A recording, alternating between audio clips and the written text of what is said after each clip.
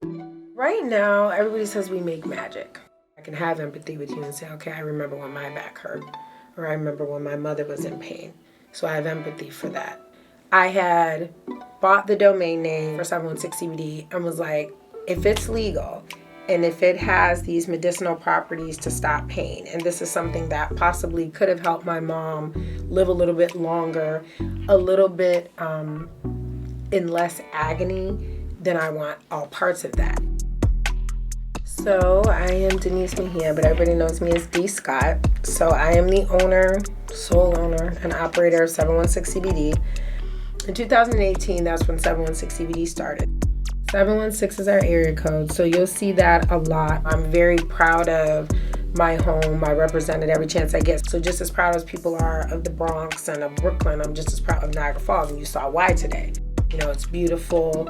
It gives you the opportunity to live well. So what happened was, I had already been running the business, and then I decided, because I just wake up and decide things, and so I said, you know what, let me get back to my roots. I'm gonna be a farmer. I'm gonna grow some stuff. I bought this book, Farming While Black, by Leah Penniman. And so I'm like, she looks like me, and I read it almost from cover to cover, like it was like a novel. And it's really, if you read the book, it talks about the spirituality of the land, and it talks about farming, and it talks about the spiritual level of it and just why we need to get back to that. And I remember growing up in Grand Island, which was the middle section between the two bridges between here and Buffalo. We had a small garden, cucumbers, tomatoes, things like that. So I want to get back to that.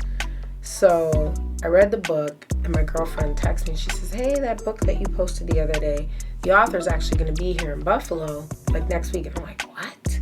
Are you kidding me? So there's actually images of the owner of Soulfire Farm, Leah Penniman, and I meeting each other like the Spider-Man meme, like looking at each other like, oh my God, you know, because I was so excited. So here I am, this city girl who's, you know, fur coats and, you know, whatever, very Faith Evans in the 90s, you know, blonde hair.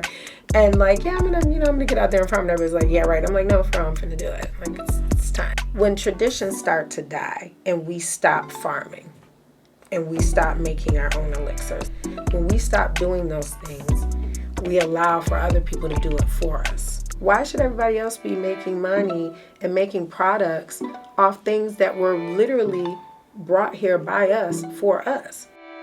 We started out, I say we as in me and like the ancestors, started out doing shea butter. So originally I was just doing the shea butters to try to help my son because he has debilitating eczema, like so much so that like he sees a specialist, like even into, you know, his adulthood. So from the shea butter, it went into bath bombs because we realized that skin is the largest organ that we have in our body, the epidermis.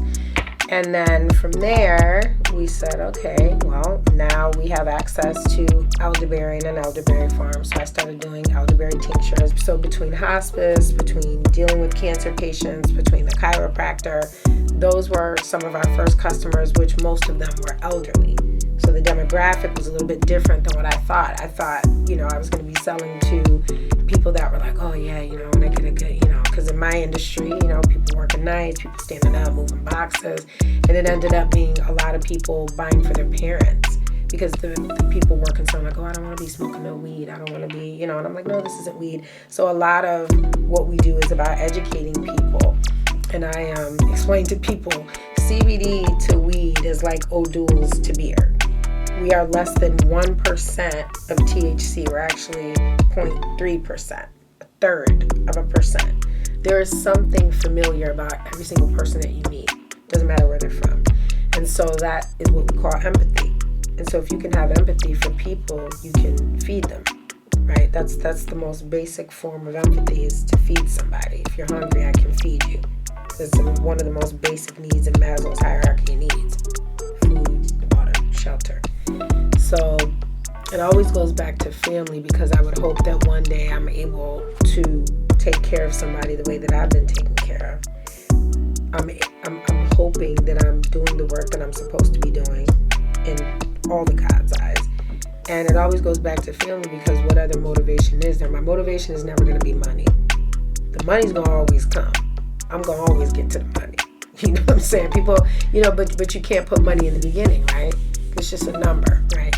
So the number can never exist of how much. I'm never going to stop. There is no retirement for me. 716 CBD will be here for somebody's great-grandchildren. But family, right, has to be the motivation. Love is the highest vibration. So if you can have love for another human being, you feed them. You make them feel better. You make them comfortable. You have empathy for them. You have pain. In my beginning stages, I've given away just as much as I've sold, right? And so I would hope that even though that doesn't fit into my business model, I don't scrap anything. I said, you'll see me scraping bags just in order to give somebody a sample if they need it. So that's how I run my business. Is always going to be based on family.